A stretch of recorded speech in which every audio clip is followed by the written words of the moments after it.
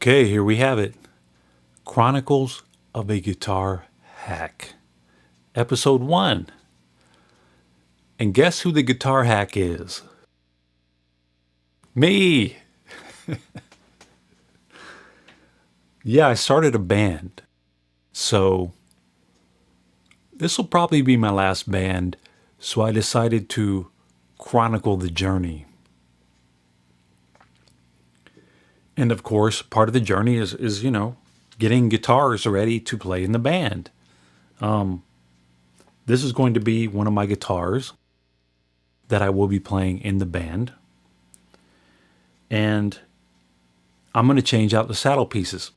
I'm also going to change out the pickups. I'm going to put some Mark Foley Elma Combo pickups in here that I have on order. But for now, I'm going to change out the saddles. These are Fender vintage saddles here. The vintage style saddles from Fender. And I figured it would be pretty neat to, do a sound test. Because I'm going to replace these with Tusk saddles. So I'm going to do a little sound test before and after replacing the saddles. So here's the Fender vintage saddle.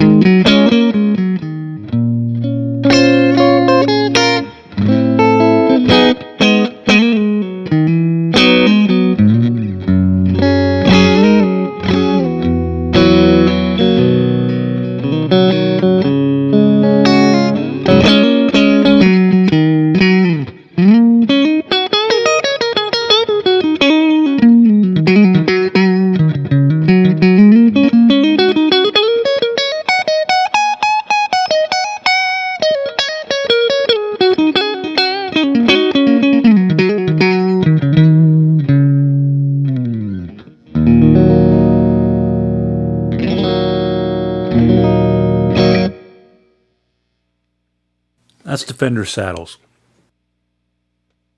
So I got some Tusk saddles here. For those of you who don't know, Tusk means plastic. High performance saddles increase rich harmonic content. They're made by Tech. Will change the way you play. Well, I've been playing so long, it's literally embarrassing. Most people would have quit by now, but not me. Instead, I start a band.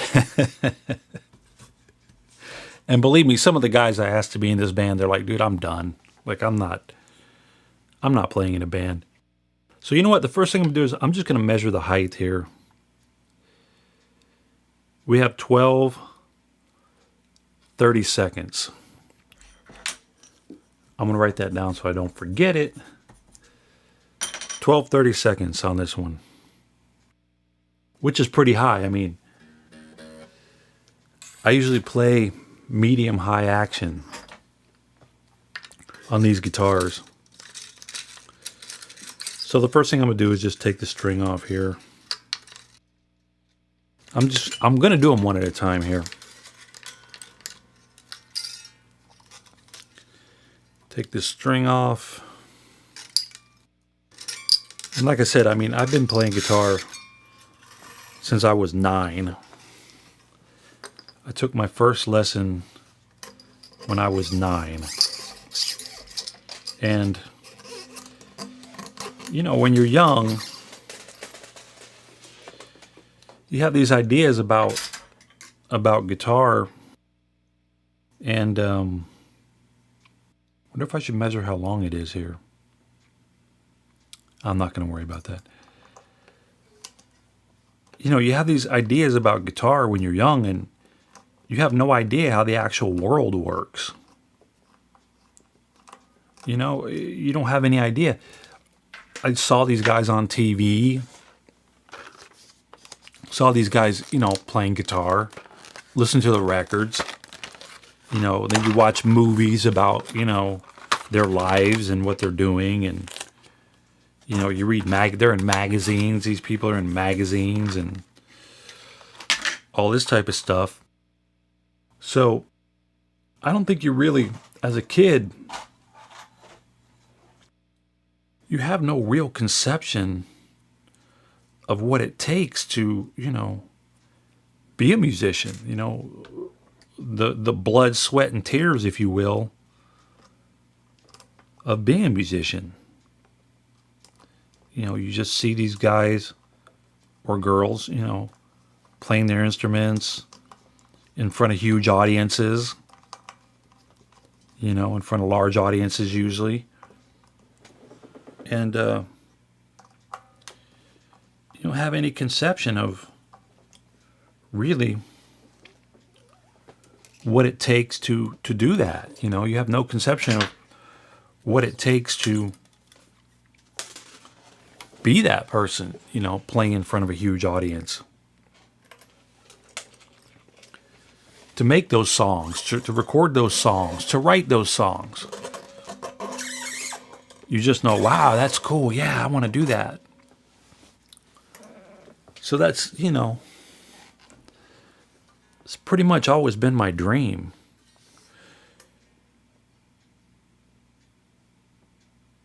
When I was 12 years old, I played my first performance, on stage with a band. We played Cat Scratch Fever by Ted Nugent. 12 years old. And, at that time I thought, like I said, you really have no conception of the work it takes, of the, what really goes on in, the world of guitar, so to speak. You have no conception of it. So, see, we're at 12:30 seconds. It's about 10:30 seconds here. So I'm going to raise it up a little bit with my little Allen wrench.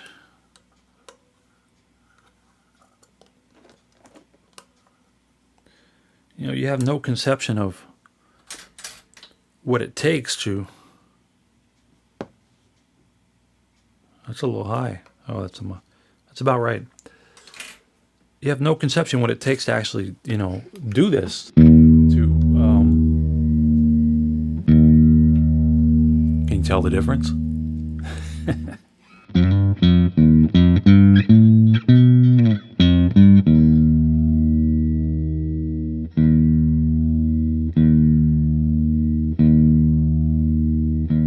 Not going to rush to judgment, but I actually think you can.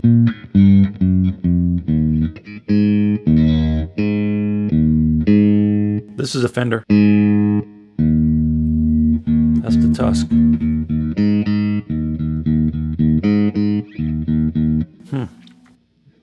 Don't know if it sounds as sharp as the Fender. So then as you get, as you get older, even, age 15, 16, I don't think you have a real conception of, the world, like what it takes to maintain an existence in the world,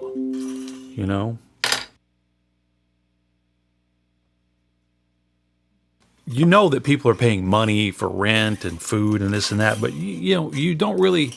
I worked a summer job when I was 15 and kind of got money, and actually that's when I bought my first real decent guitar. I bought a Les Paul copy.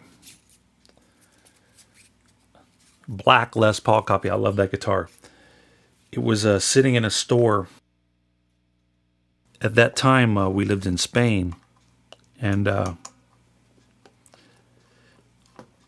on an Air Force base. My dad was a Air Force colonel. At the time, he was a lieutenant colonel.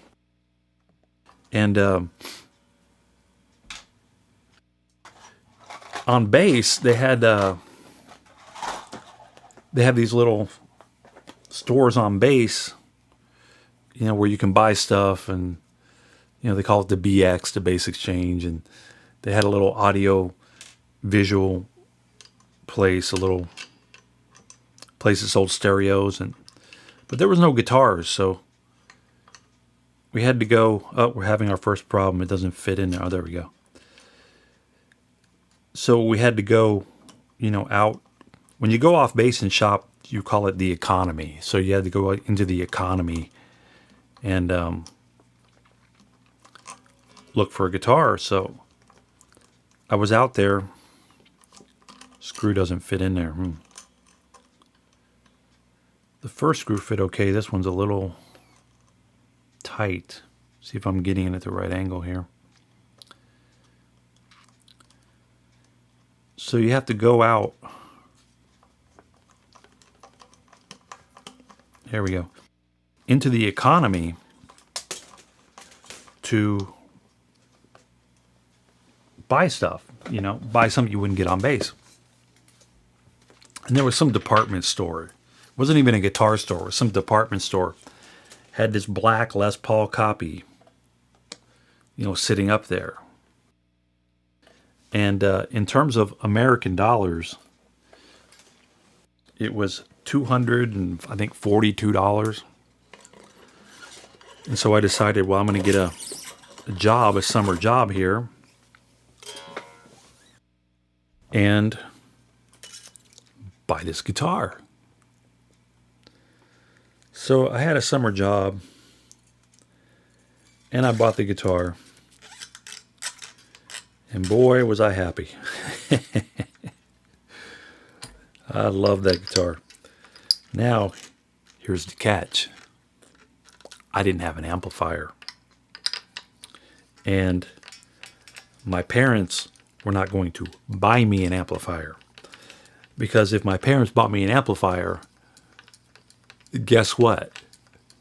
That means they're going to hear me, the guitar hack, hacking away on guitar at possibly loud volumes. Because at that time, I did listen to loud music. Listen to music very loud. I loved music being played very loud. So I can only imagine that my parents were terrified. They wouldn't buy me the guitar. I had to buy the guitar myself. And then, of course, they wouldn't give me an amp.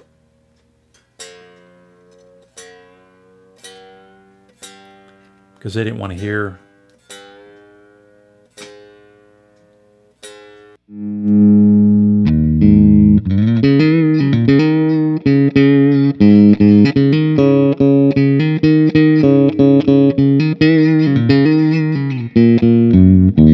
Yeah, interesting. Not bad. So, I had a guitar, but I did not have an amp. So, at that time, boom boxes were real popular.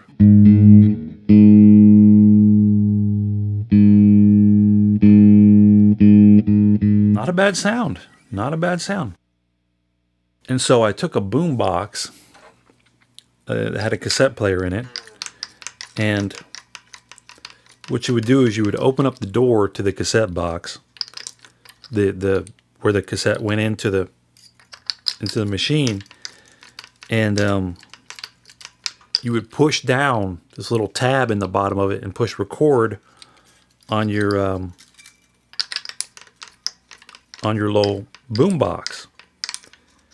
And what that record button did is there was a mic input, and you could use that mic input to record, a microphone.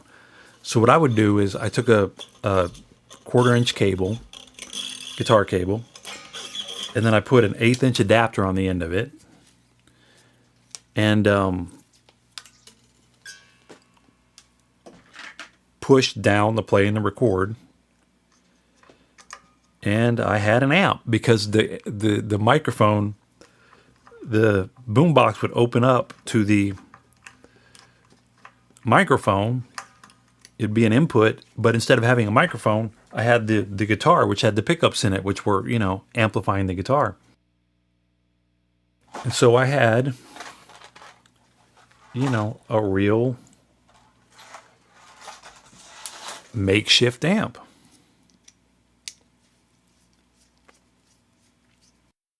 And when you turn that thing up, which of course I did turn it up, it distorted a little bit. It did have a little bit of distortion because it was, you'd turn it up so loud that the signal would break up a little bit. Now, it didn't sound good, but that's all I had. So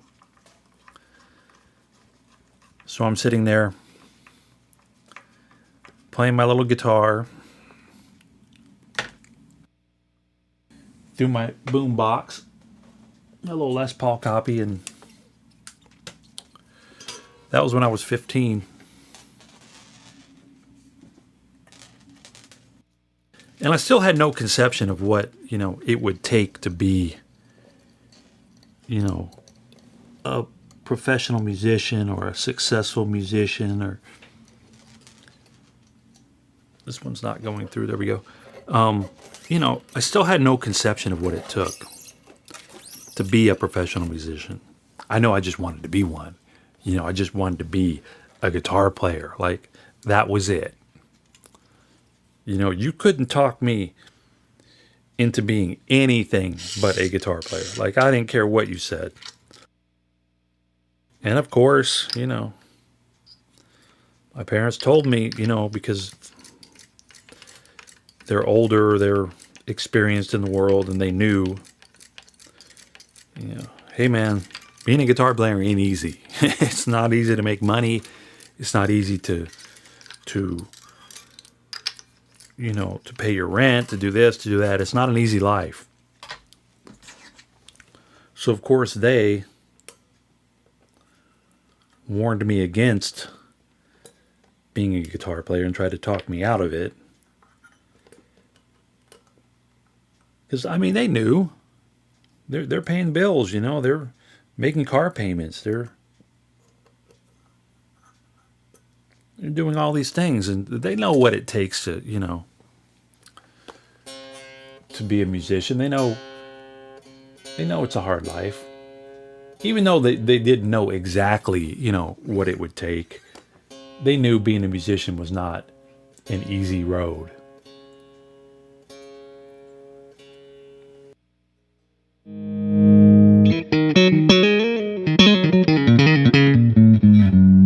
Wow.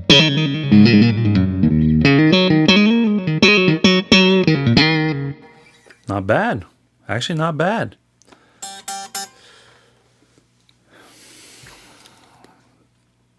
There was a band that came into play on the bass. Back then, they even to this day, they have a DoD, Department of Defense, USO tour where these bands or entertainers come in to entertain the troops. So I went to go see the band there, and they were good. They were good. And so of course, I'm one of the 5 people there. There's not very many people there, which is something that, as you get into playing guitar and you get into playing in bands, you will find out it ain't easy to get people to come out to see you play. It ain't easy. That's one of the disconnects about playing guitar in reality. The real life of a guitar player and the idea life. When you're younger and you see these bands, you almost always see a band in context of a huge crowd being there. You never see a band on TV or a band in a video and there's nobody there. I never saw it when I was a kid. I never saw a band that didn't have a huge audience. So you think, oh, you play in a band and, all these people come out to see you.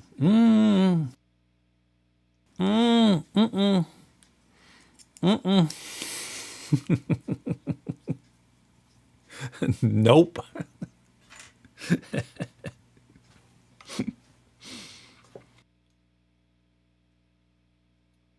So I went to see this band, and they were good. They were on base, and they're traveling through the system of the Department of Defense system, the military system. And let me tell you something. You don't get paid a lot to do that. These guys that are playing for the military, they don't get paid going to military bases and playing for the troops. They don't get paid that much. They get paid practically nothing. I mean, it's bare bones.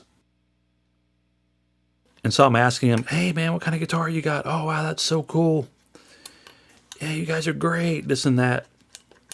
And they're looking at me like, man, this kid. And I go, hey, you want me to help you carry your equipment out? They're like, yeah, sure. I mean, sure not many people volunteer to carry their equipment. I said, yeah, man. I'll help you carry your equipment out. The little kitty.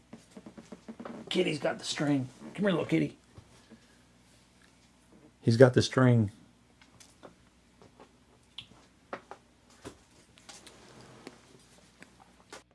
So they're like, yeah, help us carry our equipment out. So I'm carrying the equipment out, and they're like, well, what are you doing? What's going on with you? Oh, I'm trying to figure things out. I want to be a guitar player. I want to be in a band. And I'll never forget, they're like, don't do it. They're like, don't do it. I said, yeah, but it's so great. These guys sound so good, and they're so great, and they make all these... Like, no. Like, don't do it.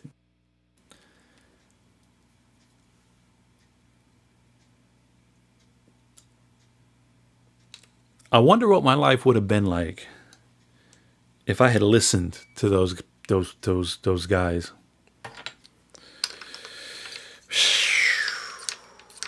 My life would have been probably way different.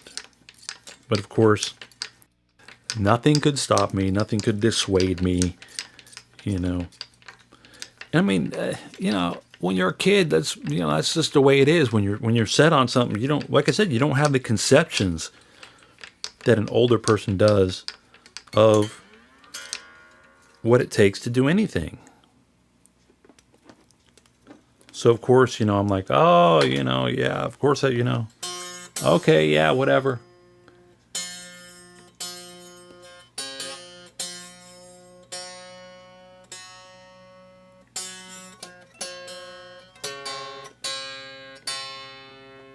Of course, I didn't listen to the guy. I still wanted to be a guitar player. More than anything.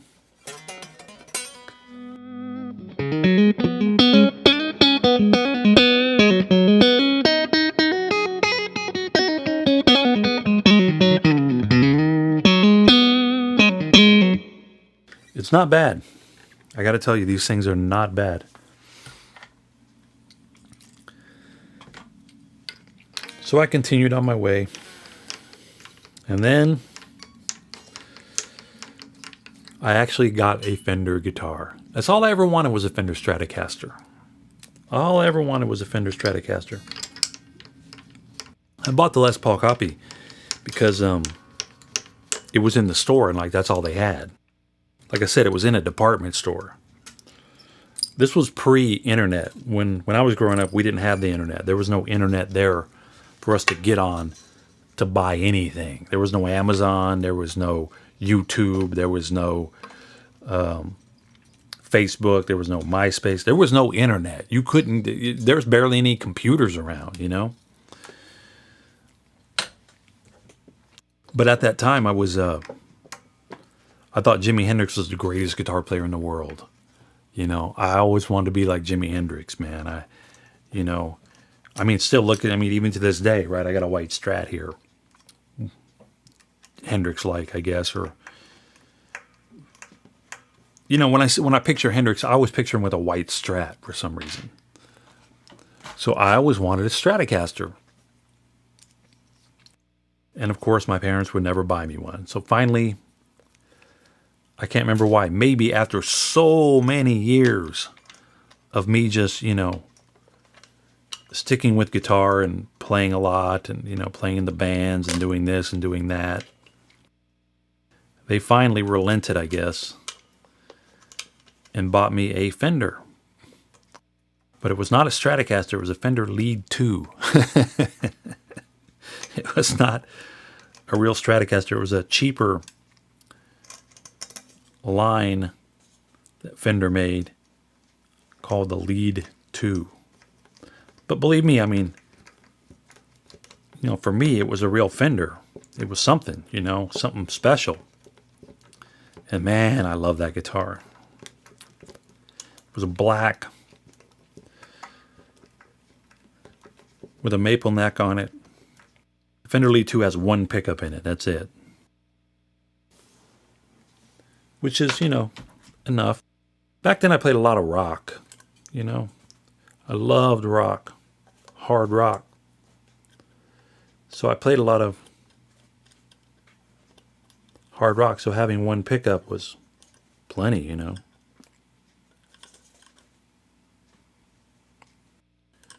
then once again, of course, I have the guitar and they won't buy me an amp. So I have to go over to a friend's house and play amps. And back then, it was a big deal to get a band together, to be in a band.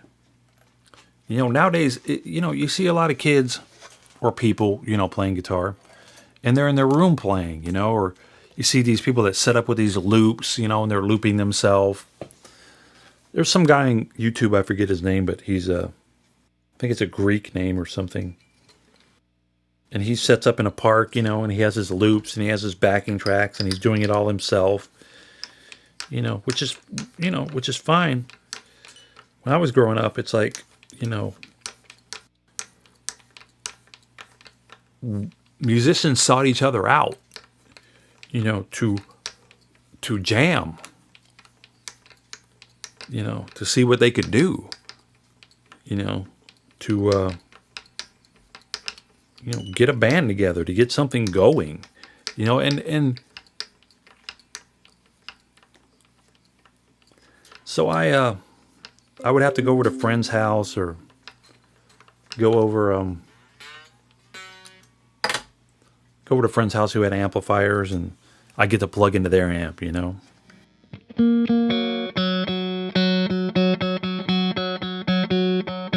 lost my tuner. You know what I hate? I hate when people leave these things on.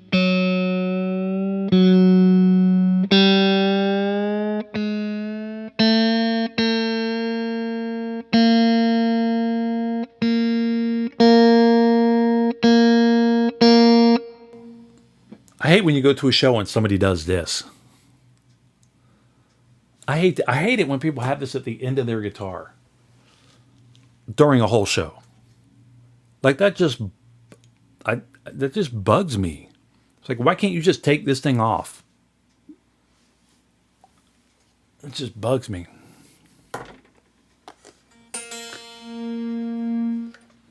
All right, last string here. And we will have the Tusk saddle pieces on.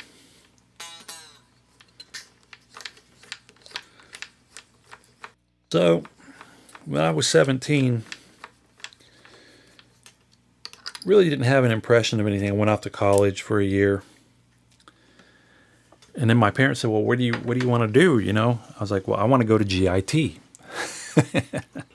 Because I would get guitar player. I would get every magazine. Like I said, this is pre-internet. You would learn about, guitar players and such through magazines. Guitar Player magazine, Guitar for the Practicing Musician. There was another one, Guitar World. That's how you learned about guitar players and playing guitar, was in these magazines. And there was an ad in one of these magazines, I think it was Guitar Player, for GIT. Guitar Institute of Technology. Man, I thought, man, that's so cool. And So at that time, you actually had to send in a tape to like audition to like go to the school. You just couldn't like show up and sign up. So I sent in an audition tape. And I mean, they could have, trust me, they could have taken anybody. I don't know, but you did have to send in a tape. And they accepted me. So after I got accepted, I said, yeah, they accepted me. Can I go? And once again, with no conception whatsoever of how much money it costs to live in, because GIT is in Hollywood, Los Angeles, California. No conception whatsoever how much it costs, no conception of housing costs, no conception of cost of living, no conception of any of that. Just, I want to go there.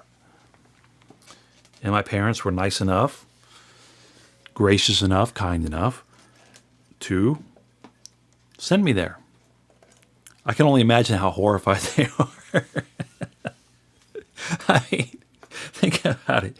Your kid wants to be a guitar player. He wants to go to GIT. You know, and they knew nothing about music. My parents knew nothing. And neither one of them were musical. And so I started my journey,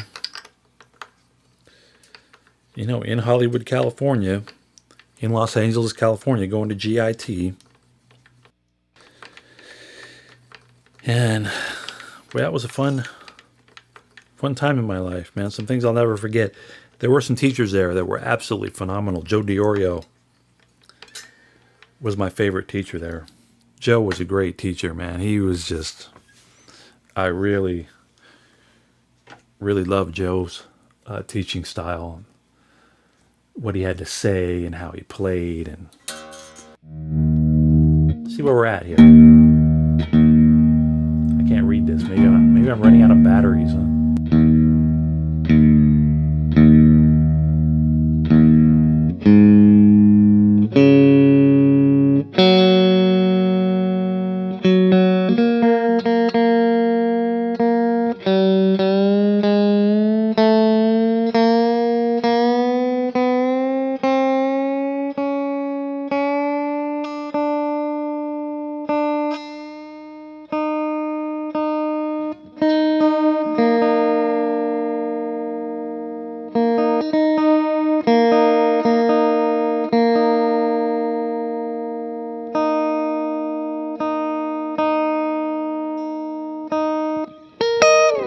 Here we go.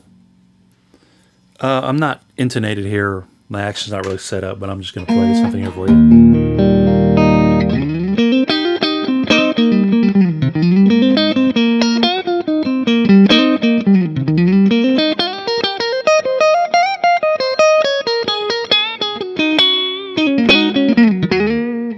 Interesting.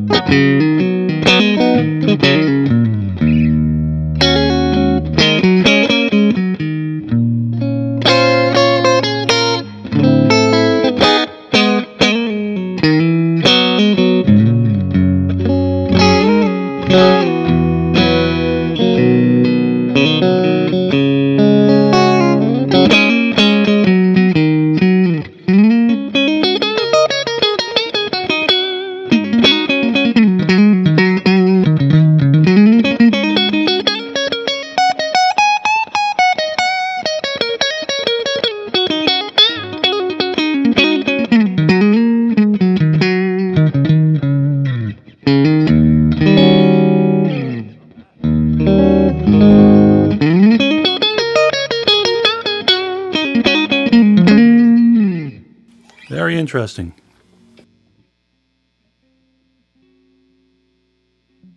So anyway, I'm starting this guitar, Chronicles of a Guitar Hack, to chronicle my journey with this band that I'm in. Probably will be my last band. I've played guitar for so many years, it's embarrassing. And I still love it. And so I said, you know, why not just start one more band? So I did. and I'm going to chronicle the journey with the band right here on this little series. And all right, well, I'll see you around.